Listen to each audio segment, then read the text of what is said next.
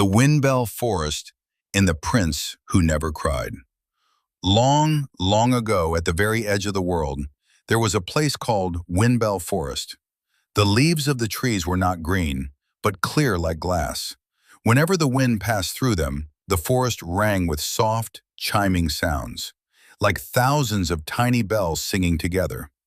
At the center of the forest stood a small white castle. Inside lived a prince who never cried, not because he was brave, but because he had forgotten how to feel sadness and how to feel joy. Chapter 1. When the Windbells Fell Silent. One morning the forest was frighteningly quiet. The wind still blew, but the windbell trees made no sound at all. The animals panicked. "If the windbells stop ringing," said the old turtle slowly, "the world will begin to stand still." So they chose the most unlikely messenger of all, a tiny hedgehog named Lulu. Lulu was small. She was shy. When scared, she always curled herself into a ball. But she had one special gift. She was willing to listen to things others avoided. Chapter 2. The Prince Who Could Not Smile. When Lulu entered the castle, she saw the prince sitting by the window. Outside lay Windbell Forest, silent as a painting. "Your Highness," Lulu said softly, "the windbells have stopped ringing."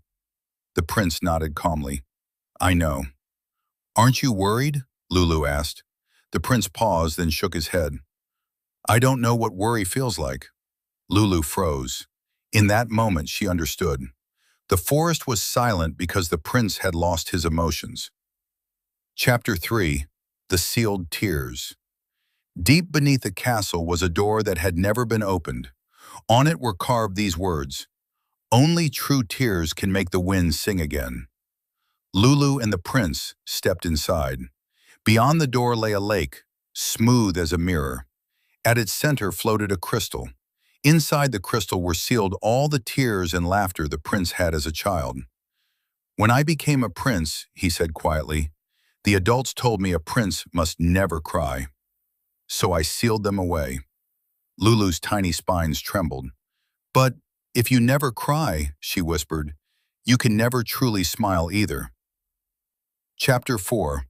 The First Tear. The crystal could not be broken.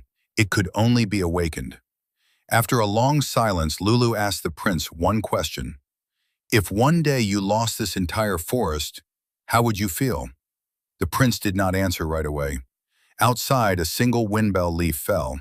Something tightened in his chest. I don't want to lose it." A single tear fell from his eye and touched the lake. The crystal cracked.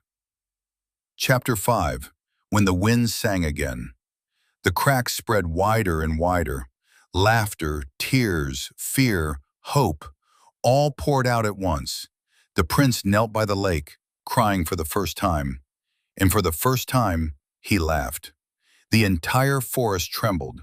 The windbell trees rang again, softer, warmer, and more beautiful than ever before. Lulu curled into a ball as the sound washed over her, smiling brighter than she ever had. Chapter 6. The End of the Tale. From that day on, the prince learned something important. A true ruler is not someone who never cries, but someone who allows themselves to feel everything.